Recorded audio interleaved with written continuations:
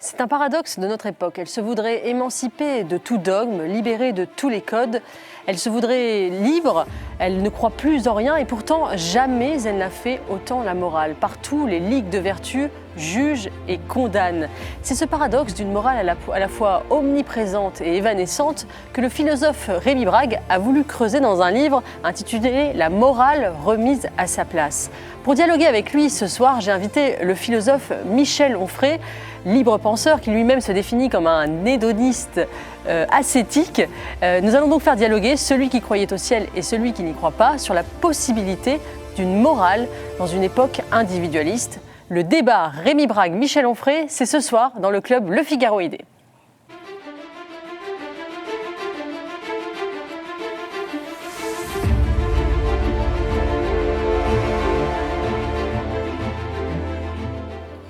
Bonsoir à tous les deux. Bonsoir. Et merci d'avoir accepté cette invitation. Je suis très heureuse de vous réunir tous les deux pour un débat. Je pense que vous n'avez jamais débattu ensemble et je pense que ça va être intéressant de confronter vos opinions.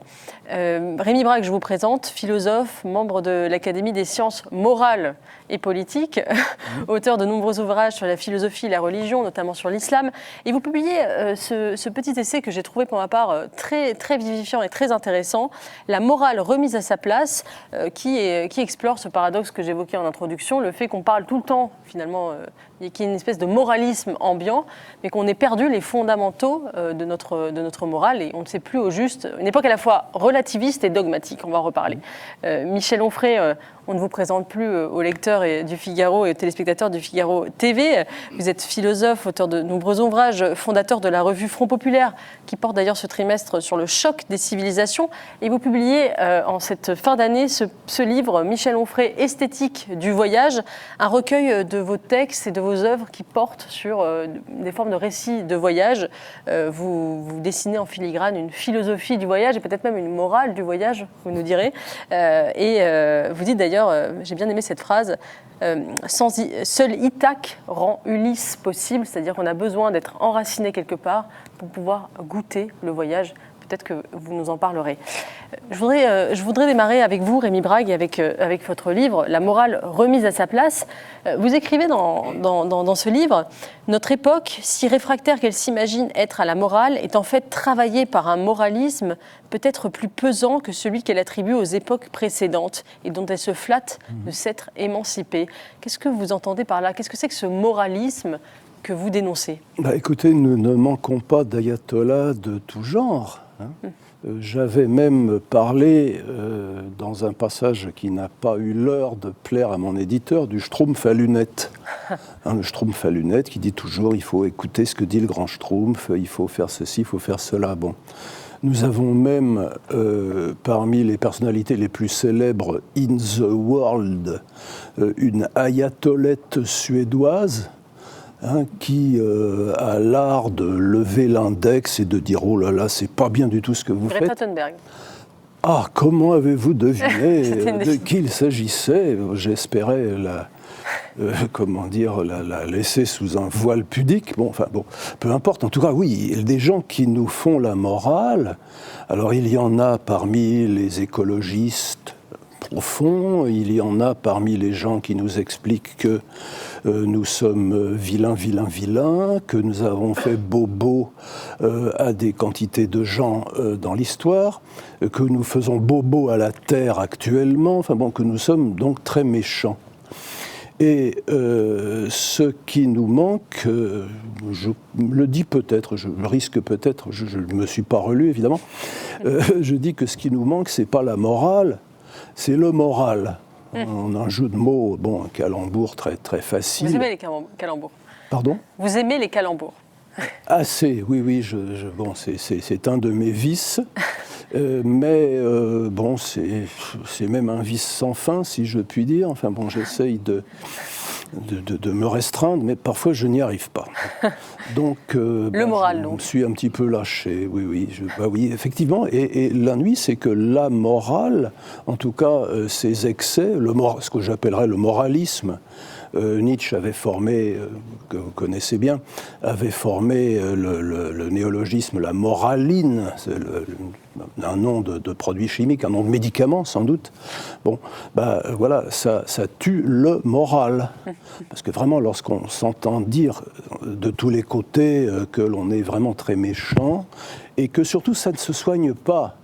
On nous demande de confesser nos péchés, mais sans absolution. Il n'y a pas de manière d'en sortir. La seule manière d'en sortir, c'est de s'associer à la meute et de hurler encore plus fort contre, alors je ne sais pas, ça dépend, on nous fixe différentes cibles à différents moments. Alors il faut surtout ne pas rater la bonne cible au moment opportun, parce que parfois on se trompe. Michel Onfray, est-ce que vous êtes d'accord avec l'idée d'une espèce de moralisme ambiant ? Est-ce que vous pensez que notre époque crève d'une absence de morale ou au contraire de trop de morale ? Bon, je crois que c'est une morale d'un temps sans morale, la morale dont nous parlons. Je suis d'accord avec cette idée qu'il y a un jugement de valeur perpétuelle sans transcendance, sans sacré, et qu'il y a, de fait, votre formule est bonne, l'idée d'un péché qu'on ne peut jamais remettre. Il n'y a pas d'absolution possible, donc on a tort, quoi qu'on fasse, quoi qu'on dise. Donc on peut imaginer, dans la logique de la confession auriculaire, qu'un péché avoué va pouvoir se trouver pardonné et qu'on va se trouver un peu lustré, qu'on va pouvoir repartir. Alors que là, non, la faute est terrible et définitive, y compris les fautes qu'on ne commet pas. C'est-à-dire que quand certaines parlent il s'agit d'une femme, Rouya Boutelja, si je me souviens bien, parle de la férocité blanche. Elle estime que nous héritons d'une férocité, même si on n'est pas soi-même féroce. C'est-à-dire on n'est pas responsable ou coupable des fautes qu'on aurait pu commettre soi-même, mais que les Blancs auraient pu commettre, et comme on est blanc, on est donc coupable d'une faute qu'on n'aura pas commise. Une sorte de péché originel laïcisé. Qui ne se répare pas, qui ne se lave pas. C'est effectivement la belle remarque. C'est-à-dire c'est l'aspect tragique de cette vision du monde. On est condamné à mort sans jugement, on est juste exécuté comme ça, et quoi qu'on fasse, quoi qu'on dise, de toute façon, on ne peut pas avoir une autre couleur de peau. On ne peut pas dire qu'on est un blanc qui n'est ni responsable ni coupable de 1492, qu'éventuellement même on peut se dissocier de ce qui aura été fait en 1492, mais tout de même, de toute façon, comme on est blanc, on est responsable et coupable. Et c'est vrai que c'est un des signes pour moi du nihilisme. Cette morale d'un temps sans morale où on voit de la morale partout alors que finalement elle est nulle part. Et Rémi Braque, dans votre livre, vous érigez un peu contre le relativisme, c'est-à-dire l'idée finalement que la morale changerait selon les époques, qu'il y aurait une morale, que chaque époque a sa propre morale. Vous dites finalement il y a une sorte de noyau dur de la morale qui est commun finalement à l'humanité entière. Qu'est-ce que vous entendez par là ? Oui, on peut dire ça comme ça. Bon, bien entendu, il y a dans le relativisme, ou dans ce que l'on appelle comme ça, je ne sais pas le mot que j'emploierais moi-même, enfin peu importe, il y a un grain de vérité. C'est que selon les époques, selon les climats, selon les milieux, on met plus ou moins l'accent sur telle ou telle vertu, ou en revanche sur tel ou tel vice. Je donne comme exemple la masturbation qui a été au XIXe siècle l'objet d'une obsession terrible, une obsession qui n'était pas tellement morale que médicale. On lui attribuait non seulement ça rend sourd, on sait bien, mais toutes sortes de choses. Je donne l'exemple de ce malheureux Hölderlin, le poète, qui lorsqu'il était précepteur d'un petit gosse qui avait, comme on dit, de mauvaises habitudes, s'est ruiné la santé parce qu'il se forçait à veiller auprès du lit du gamin pour l'empêcher, etc. Il y a des époques comme ça où certains défauts, vices, péchés, si on s'exprime dans le vocabulaire chrétien, sont considérés comme graves, et d'autres en revanche où on passe assez rapidement. Et précisément le domaine de la sexualité, justement. Je montre qu'au Moyen-Âge, c'était pas bien, d'accord, mais enfin, il ne fallait pas en faire un plat. Je donne comme exemple dans la Divine Comédie. Oui. La Divine Comédie, les amants adultères, Francesca da Rimini et Paolo Malatesta, ils sont en enfer, mais enfin, c'est le premier niveau. Oui. Alors que le niveau le plus bas, ce sont les traîtres, ceux qui ont manqué à la parole donnée. Je donne plusieurs exemples comme ça pour montrer que il y a des cours en bourse, des vertus et des vices. Il y a des moments où on fait de certaines vertus le tout. Je cite un passage de Nietzsche dans lequel, justement, le passage du Zarathustra qui s'appelle « Des 1001 buts ». Les 1000, pas les 1001 nuits, mais les 1001 buts. Et il dit, alors il y a un peuple pour lequel l'essentiel c'était d'être le meilleur et de l'emporter sur les autres, un peuple pour lequel l'essentiel c'était d'honorer ses parents, un peuple pour lequel l'essentiel c'était de ne jamais mentir et de toujours bien tirer à l'arc. On aura reconnu les Grecs, le fameux enseignement du centaure Chiron à Achille.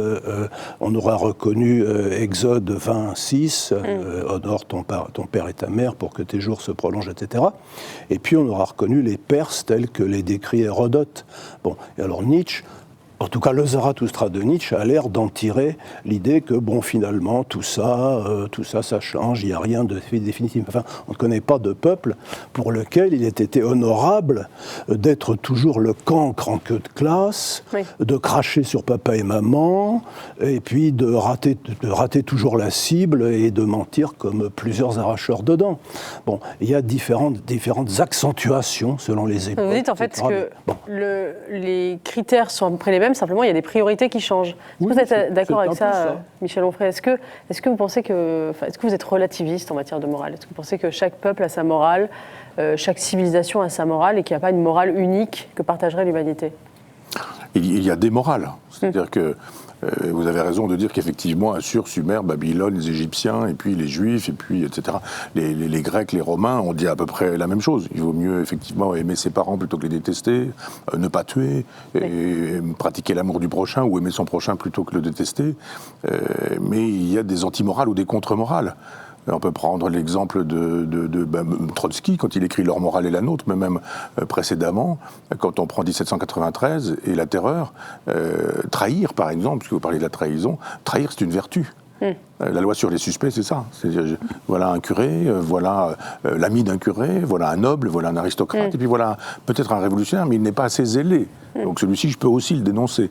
Donc il y a des périodes de l'histoire où la trahison peut être présentée comme une vertu.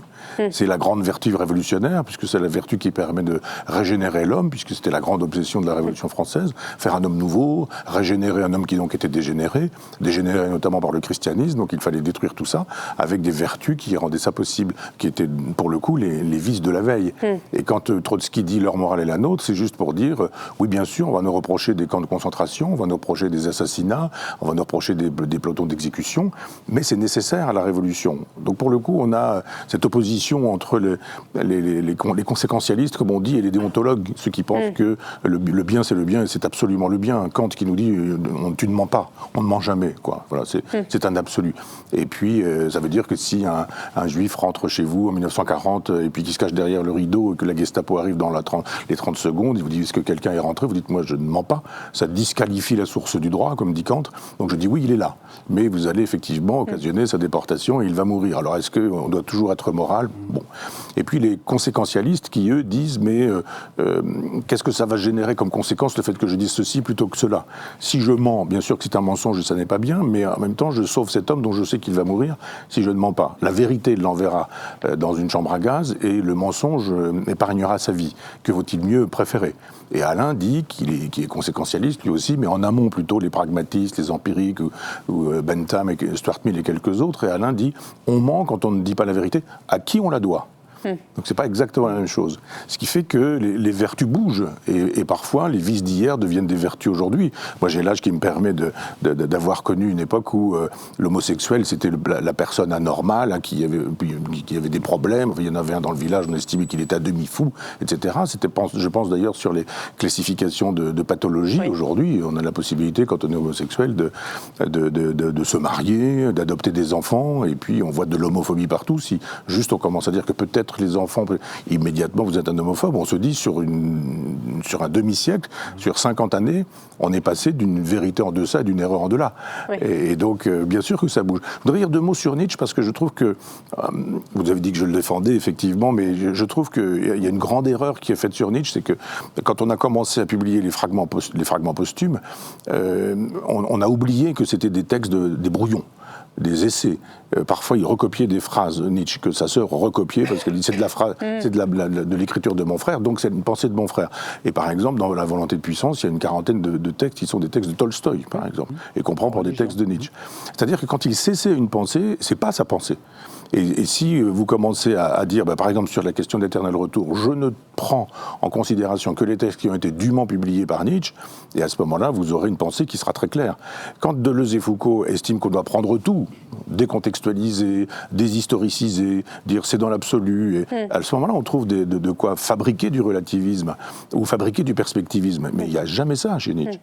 Et puis il y a des Nietzsche en plus de ça. Nietzsche n'est pas relativiste. Non, vous ne pouvez pas dire qu'il est relativiste quand il annonce ce qu'il croit, lui, mais la vérité de l'éternel retour, la vérité de la volonté de puissance, l'idée qu'il y aurait des cercles perpétuels auxquels il faudrait consentir pour obtenir un amor fati qui générerait la joie. Il y a plusieurs Nietzsche, il y a un moment qui est wagnérien, la naissance de la tragédie, il y a un moment qui est plutôt voltairien, qui est plutôt le humain trop humain, et puis le vrai Nietzsche, c'est celui, pour moi, de Zarathustra, et il faut aller chercher ce que dit Nietzsche, au moins dans ce texte-là, mais sûrement pas dans les fragments posthumes. Parce que les fragments posthumes ont fait un Foucault et un Deleuze qui, avec les colloques de Cerisy, ont rendu possible la French Theory aux États-Unis, qui nous revient aujourd'hui en France avec un relativisme qui consiste à dire tout vaut tout. Oui. Nietzsche n'a jamais dit ça. Rémi Braque, juste pour réinsister sur la question du relativisme, d'où ça vient selon vous cette façon qu'on a aujourd'hui? En fait, c'est vrai qu'on a une époque à la fois, on l'a dit, très dogmatique sur certains sujets, et en même temps, on a l'impression que la notion de vérité, des choses qui semblaient aller de soi, de la morale commune, ont totalement été déconstruites. Et aujourd'hui, chacun dit, finalement, tu as ta morale, j'ai la mienne, mais il n'y a plus de morale partagée. D'où ça vient, selon vous Je ne saurais pas dire sans me lancer dans une généalogie très très longue qui remonterait peut-être jusqu'à Protagoras au moins, donc jusqu'à la plus ancienne antiquité grecque, ce que nous connaissons, ce qui nous a été légué par écrit de la pensée grecque.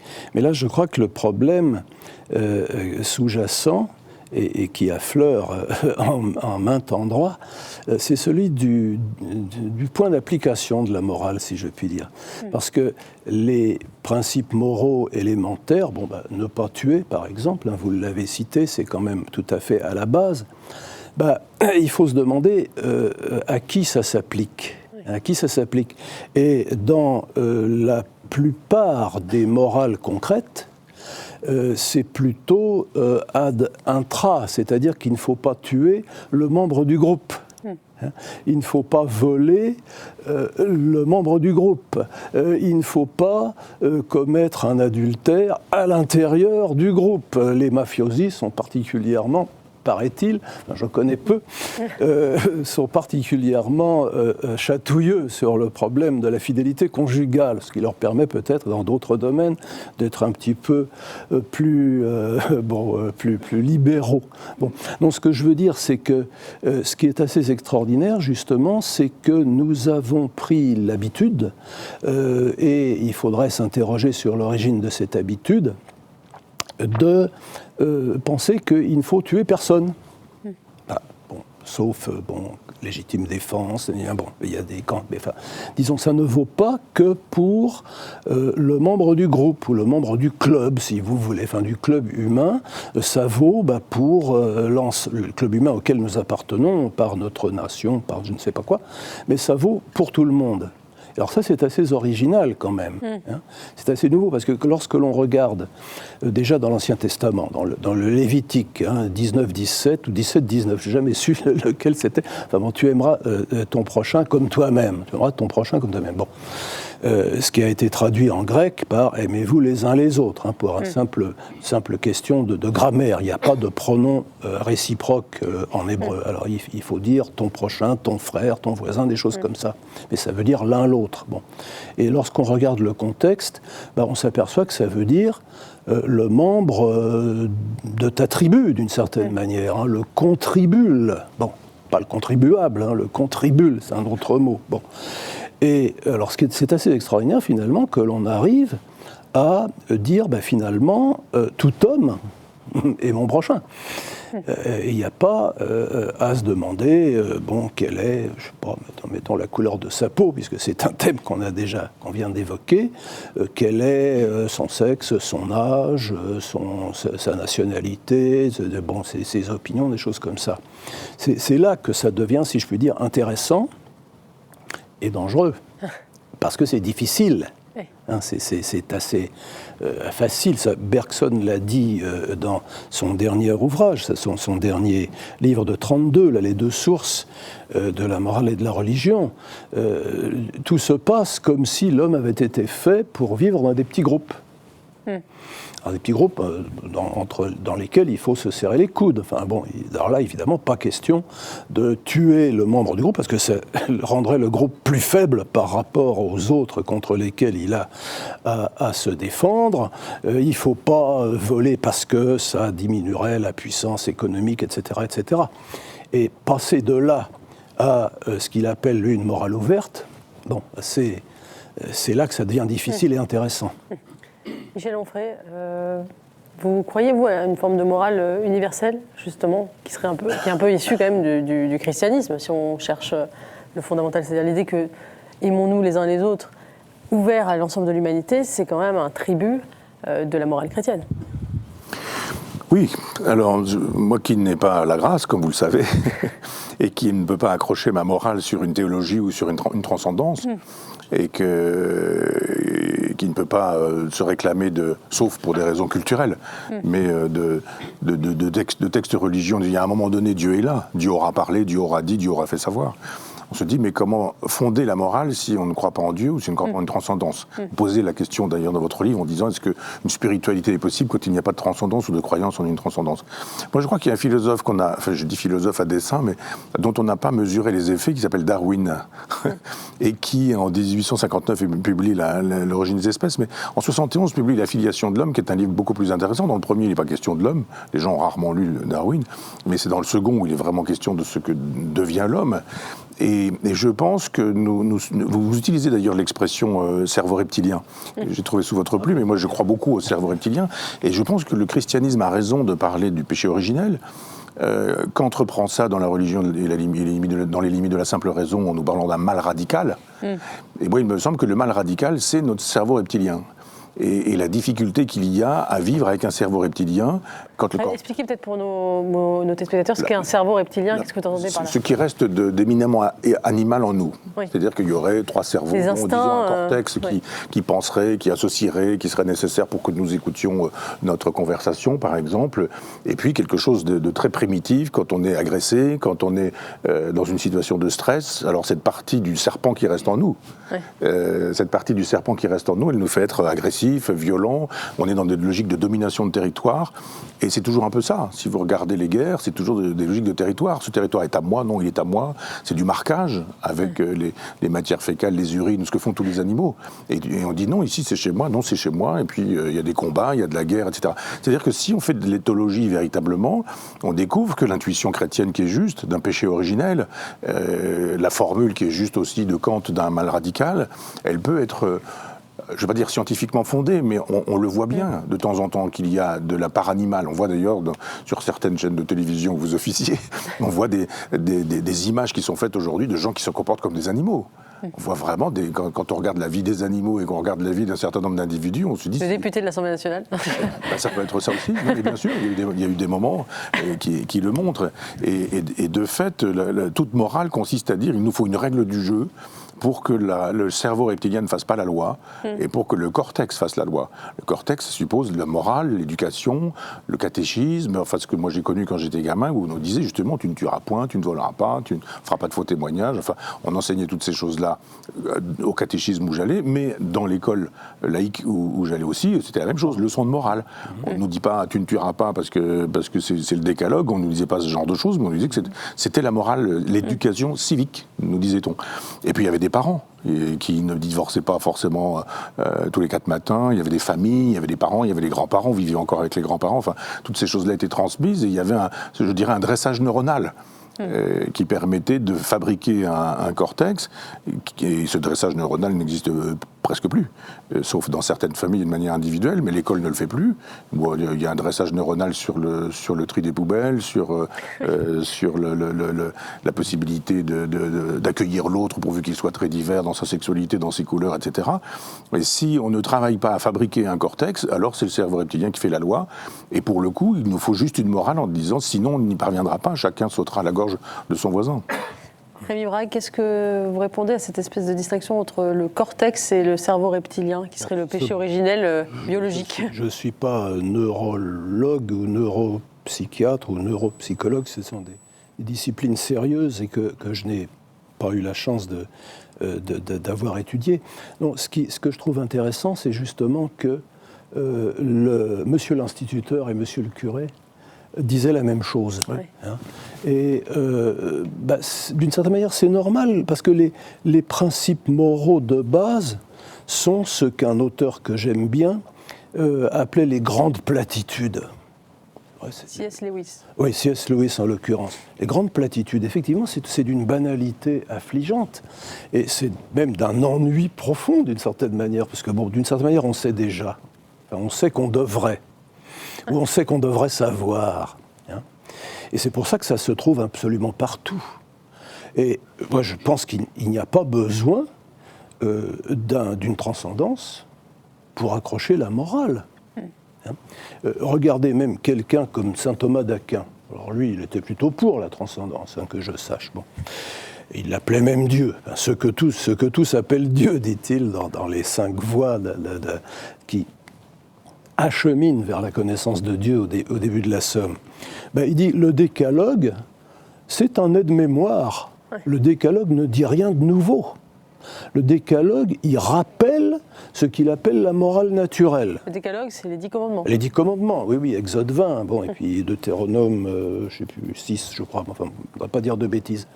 Bon, alors morale naturelle, c'est un mot qui est piégé, parce que maintenant, quand on entend nature, oui. On comprend les fleurs et les petits oiseaux. Hein, bon. Et quand on entend morale naturelle, ce qui est facile, le piège qui nous est tendu, c'est de comprendre la loi de la jungle. Hein, les gros poissons mangent les petits, des choses de ce genre-là. Or, naturel, dans ce cas-là, ça veut dire rationnel. Hein, ça veut dire ce qui est conforme à la nature de l'homme. Or, la nature de l'homme, c'est d'être l'animal doué de raison, enfin, zoon, etc. Zoon, logon, ekon, etc. Hein, animal rationnel, si vous préférez le latin. Et donc, c'est quelque chose qui est accessible, en principe, à tout homme. À tout homme. Celui qui croit au ciel et celui qui n'y croyait pas. Hein, la rose et la réséda, c'est pareil. Hein. Alors là, je ne crois pas que... Je me permettrais peut-être de retourner la formule et de dire qu'il ne faut pas accrocher la morale à une transcendance, peut-être plutôt accrocher la transcendance à une morale.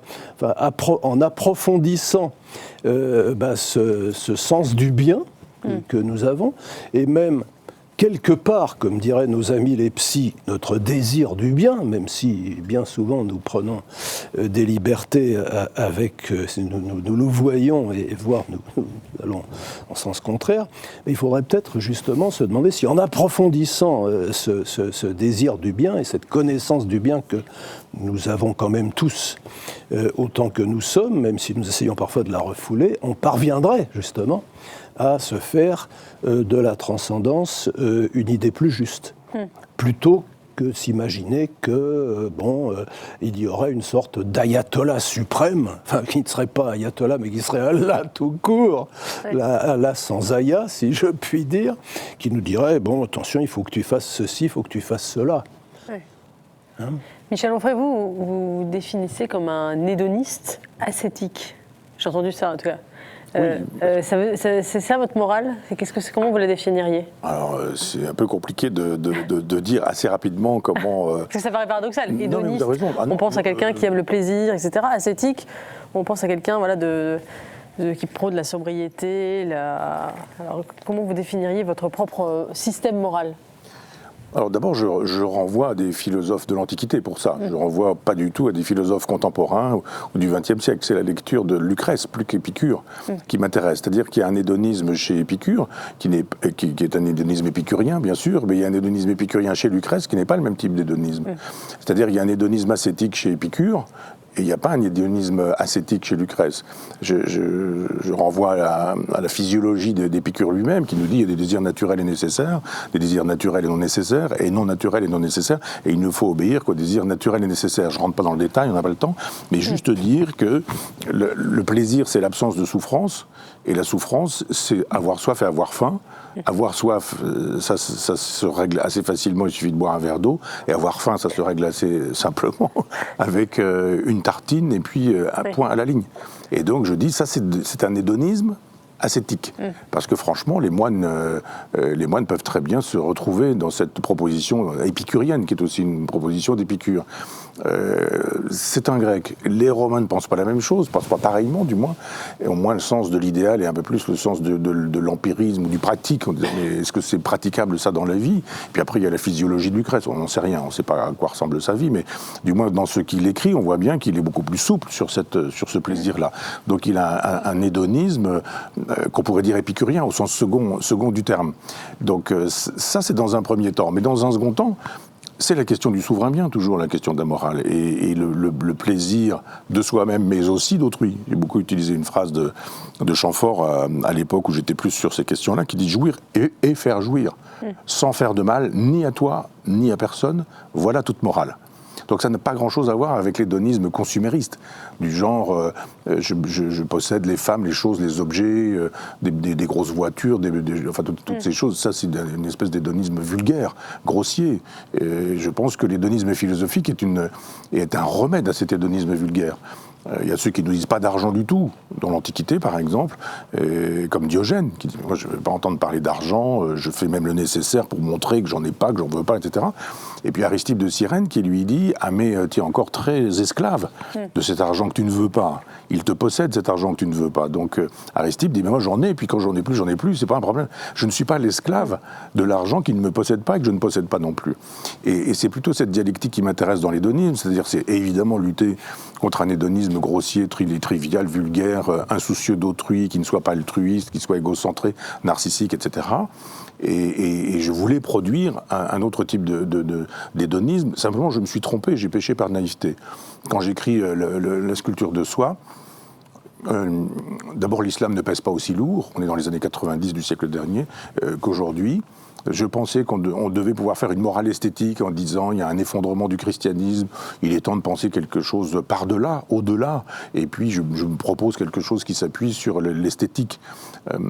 On parlait un petit peu tout à l'heure du bien, du sens du bien, de la question du bien.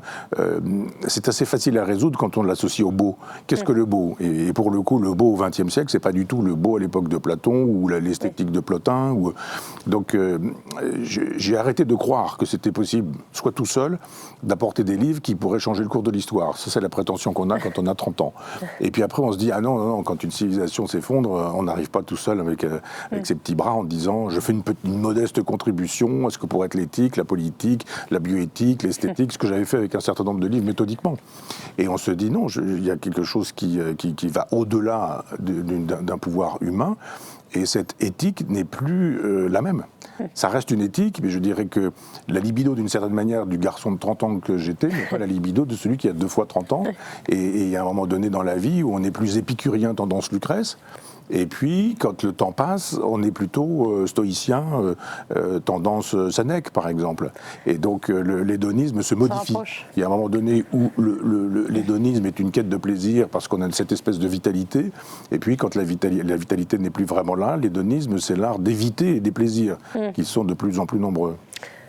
Bon, la mutation de Michel Onfray, peut-être un jour, conduira au christianisme, je n'en sais rien. Mais en tout cas, Rémi Braque, vous dites que le christianisme n'a pas finalement inventé une nouvelle morale, mais il a synthétisé un peu les morales précédentes. Et vous dites qu'il y a quand même pas une supériorité, parce que ce ne serait peut-être pas le bon mot, mais une force je ne sais pas si on peut l'appeler la morale chrétienne, mais en tout cas du christianisme, dans sa manière d'appréhender la morale. Qu'est-ce que ça apporte de nouveau, le christianisme ? Je voudrais peut-être dire quelques mots sur Épicure. Bon, je ne me pique pas d'Épicure, mais je constate que son hédonisme est effectivement ascétique. Il y a ce fragment dans lequel il dit, je ne cite pas exactement, enfin, donne-moi un verre de lait que je fasse bonbonce.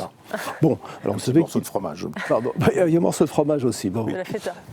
Alors, vous savez qu'il existe un cercle des épicuriens, n'est-ce pas ? Il y a des vins et des mets qui sont distingués par le cercle des épicuriens, c'est écrit dessus. Les pauvres membres du cercle des épicuriens, je ne sais pas s'ils auraient fait bon ménage avec Épicure. Alors, ce qu'il y a d'intéressant dans l'hédonisme, c'est justement qu'il cherche le plaisir du plus grand nombre. Bon, ça c'était la règle de Bentham, dont j'ai pu voir le cadavre oui, à l'entrée de l'université. Oui, momifié, heureusement.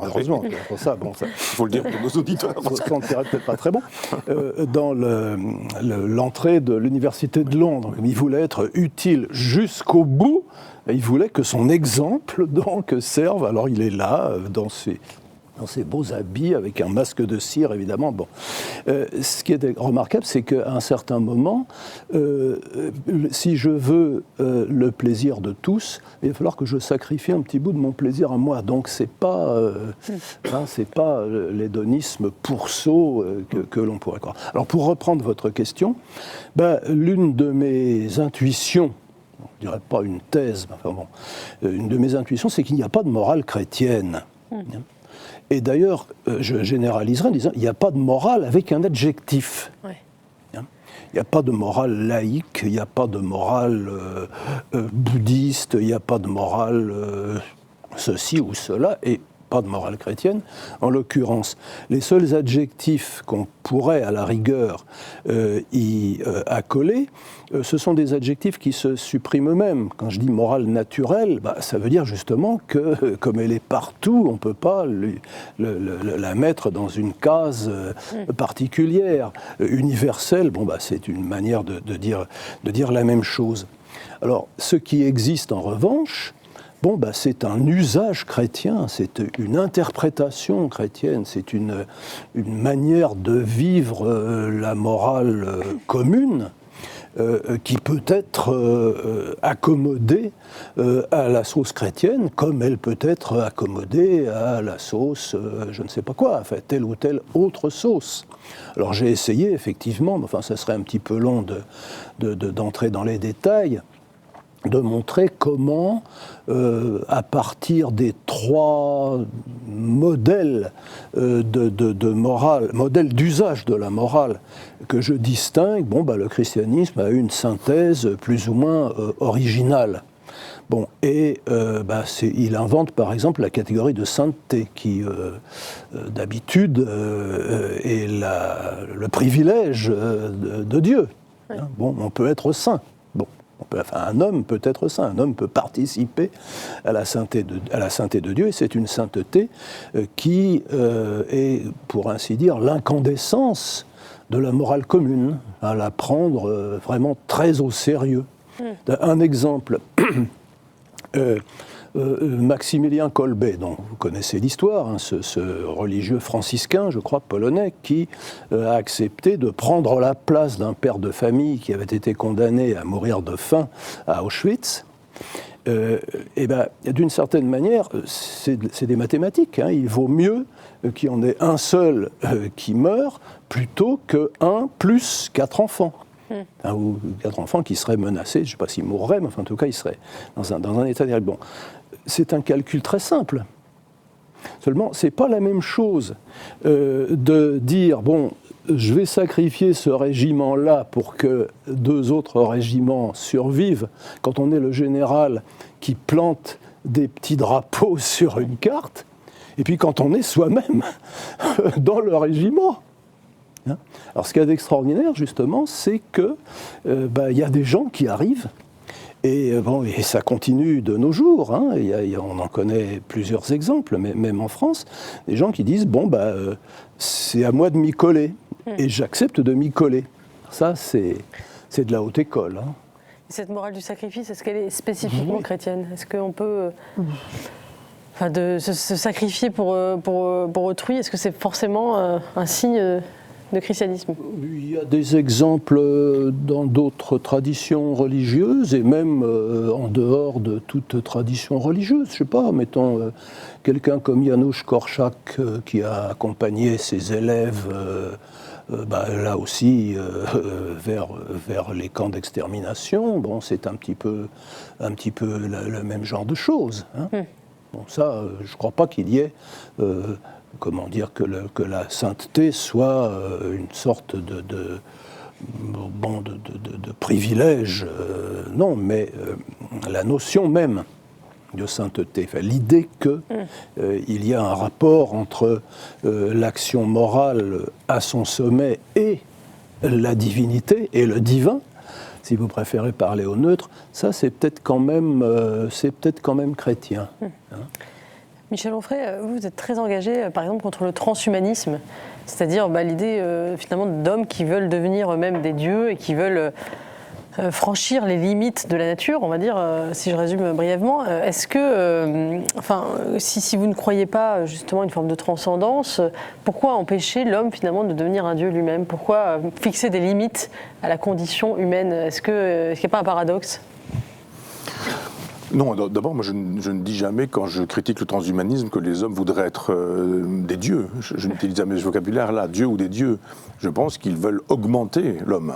Ils veulent un homme augmenté. Et je parlais tout à l'heure de l'homme dégénéré et régénéré. C'est la Révolution française, c'est la grande obsession de Rousseau. Aussi de dire que la civilisation a dégénéré les hommes, il faudrait régénérer les hommes. Il y a toute une littérature assez terrible. Les Lumières ne sont pas très lumineuses. Quand on va voir du côté de l'abbé Grégoire, de Condorcet ou de quelques autres, Maupertuis, qui s'en viennent nous expliquer que les hommes, les animaux, on est un peu avant Darwin, hein, hélas. Mais c'est un peu la même chose et qu'on pourrait peut-être, même Diderot, mélanger physiquement, sexuellement les hommes et les animaux pour fabriquer un homme nouveau. C'est-à-dire on va régénérer l'homme, c'est une espèce de cire sur laquelle on va pouvoir marquer une empreinte particulière et on peut penser l'humain en termes de hara. La chose est dite très précisément par un Condorcet qu'on nous présente aujourd'hui comme le grand penseur de l'éducation, etc. Mais il y a quelque chose d'assez terrible dans cette époque. Et ça va donner Frankenstein, Marie Shelley, etc. Tous les gens qui au siècle suivant vont penser dans cette configuration-là. Et puis la science qui avance. D'abord, on pourrait même voir la métrie avec l'homme-plante, avec l'homme-machine, par exemple, qui nous fait savoir que un homme, une machine, c'est très exactement la même chose. Et quand Vaucanson fait ses automates, il dit peut-être que ça pourrait nous donner quelques idées. Et quelqu'un comme Elon Musk, aujourd'hui, il est totalement dans cette logique-là. Et il faut un homme nouveau. Il ne s'agit pas de dire les hommes doivent ressembler à Dieu ou aux dieux, mais juste dire il faudrait que les hommes puissent accéder à l'immortalité. C'est-à-dire quand vous avez les moyens de vous acheter la Tour Eiffel, c'est le cas de Musk, qui peut acheter ce qu'il veut, quand il veut, comme il veut. Il y a quelque chose qu'il ne peut pas acheter, c'est son immortalité. Et il se voit vieillir, il se dit je vais mourir, je suis pas à l'abri d'un accident de voiture, d'un cancer ou de ne sais quoi. Et donc voilà des gens qui disent comment peut-on élargir l'homme, fabriquer un post-humain, non pas être semblable à Dieu, sauf si être semblable à Dieu c'est être éternel et immortel, mais comment est-ce qu'on peut répondre à la question de la mort en disant moi je suis immortel. Donc on n'a pas le temps de rentrer dans le détail, mais c'est tout le principe de Neuralink, c'est-à-dire toute la possibilité de numériser ce qui se trouve dans un cerveau, de le déplacer via Neuralink et puis de le replacer sur un cerveau qui serait cloné. Si vous prenez des cellules souches aujourd'hui, vous pouvez fabriquer le corps qui est le vôtre complètement en disant disant, voilà, je refais le corps qui est le mien. Alors il faudra attendre 20 ans pour qu'il ait 20 ans, mais et si vous remettez dans le cerveau ce qui se trouve dans le cerveau de quelqu'un qui a 90 ans, eh bien le fantasme est là parce que vous durez perpétuellement. Donc le mélange du mécanique et du vivant, c'est assez drôle, c'est la définition du rire chez Bergson. Mais là, on a du mécanique sur du vivant. Vous fabriquez un cerveau et dans ce cerveau, vous allez mettre la fameuse puce de Neuralink. Hein. C'est gros comme une pièce de 2 € et ça se pose très facilement. Ça prend 10 minutes sans anesthésie. Et là, vous pouvez augmenter le personnage. Vous n'avez jamais lu l'œuvre complète de Rémi Brague, eh bien, on va vous mettre dans la tête l'œuvre complète, non, qui suppose la lecture, la méditation, etc. Là, on vous dit, il n'y a pas de problème avec Neuralink, vous aurez l'information. Elle sera à disposition. On est capable aujourd'hui de créer des souvenirs chez des mouches, des souvenirs de choses qu'elles n'ont pas vécues. Ça veut dire qu'aujourd'hui, les souvenirs de choses que vous auriez vécues, on peut les effacer aussi. Et la crainte, c'est ça. C'est-à-dire que vous n'avez pas lu un philosophe, mais vous connaissez son travail parce que via Neuralink, on vous aura injecté le savoir, avec des algorithmes, etc. Donc, c'est pas être semblable à Dieu, c'est abolir l'humain. Et c'est surtout marchandiser le monde. C'est ça que je déteste dans tout ce qui est transhumanisme, dans tout ce qui est gestation pour autrui, dans tout ce qui est IMG, les interruptions médicales de grossesse. Un enfant n'est pas un projet, un enfant n'est pas une chose, un enfant n'est pas une matière. Et puis, alors là, pour le coup, je ne pense pas du tout en termes de divin, de divinité ou de transcendance. C'est juste des gens qui, au bout du compte, diront « Moi, j'ai les moyens de m'offrir une immortalité. Vous ne l'aurez pas. » Et on aurait des civilisations un peu égyptiennes où vous auriez des scribes qui sauraient lire, écrire, compter, penser, vraiment une minorité infime dans une civilisation, pendant que les autres, c'est des esclaves complets. Parce que pour le coup, on pourrait leur mettre dans le cerveau de quoi obéir, être vraiment des gens dociles, soumis, obéissants, pendant que d'autres intégreraient des connaissances, etc. Donc quelqu'un comme Elon Musk est en train de travailler à ce projet. Il y a une photo terrible au moment de la réouverture de Notre-Dame, où on voit Musk qui passe. Il y a tous les hommes politiques là, qui sont là. Il y a Barnier, sa femme, il y a Sarkozy, sa femme, Hollande, sa femme. Et il passe souverain comme ça, et on voit tous ces gens qui se prennent pour des puissants, qui ont été chefs d'État, etc., ou Premier ministre, qui regardent Musk en disant « Ah, c'est lui ». Et le danger, c'est qu'un individu comme celui-ci puisse, avec juste les équipes avec lesquelles il travaille, mais il y a SpaceX, il y a Neuralink, il y a plein de sociétés, même Tesla, c'est pas juste fait pour des voitures etc., c'est juste fait pour intégrer les données que vous allez donner à votre voiture, et qui, elle, entrera dans les datas et des données qu'on pourra reprendre pour fabriquer des algorithmes et vous assurer un certain type d'immortalité. Vous ne serez que votre trace numérique. Écoutez, on n'est pas encore, heureusement, mais ce scénario n'est guère réjouissant. Et c'est ma crainte, c'est pourquoi je combats ça. Rémi Brague, quel regard vous jetez justement, vous, sur cette entreprise de transhumanisme? Est-ce que la morale élémentaire commune peut résister? Est-ce que c'est l'abolition de la morale commune? Deux remarques.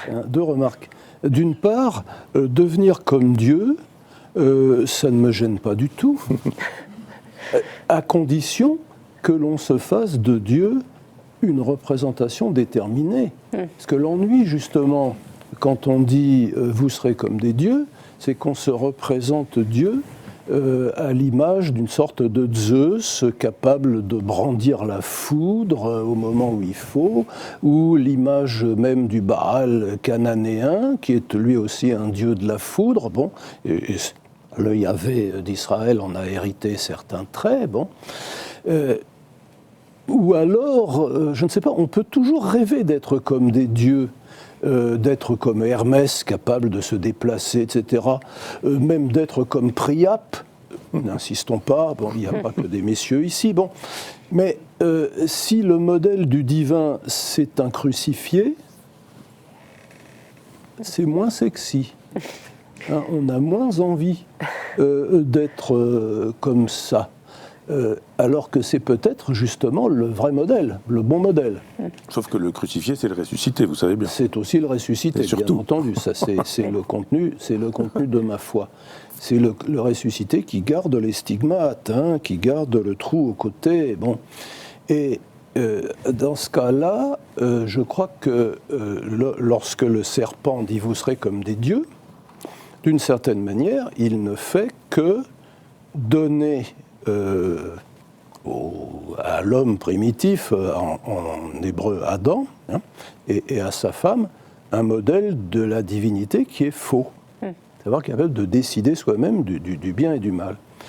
Et l'autre remarque que je voudrais faire, tout à fait en écho à ce que vous avez dit, c'est un petit passage d'un auteur britannique qui s'appelait Bernal, B-E-R-N-A-L. C'est le père du Bernal qui a eu son quart d'heure de célébrité par un livre sur l'origine africaine de la culture grecque. Bon, livre faux, bon, mais qui s'est vendu parce que ça caressait dans le sens du poil certains. Bon.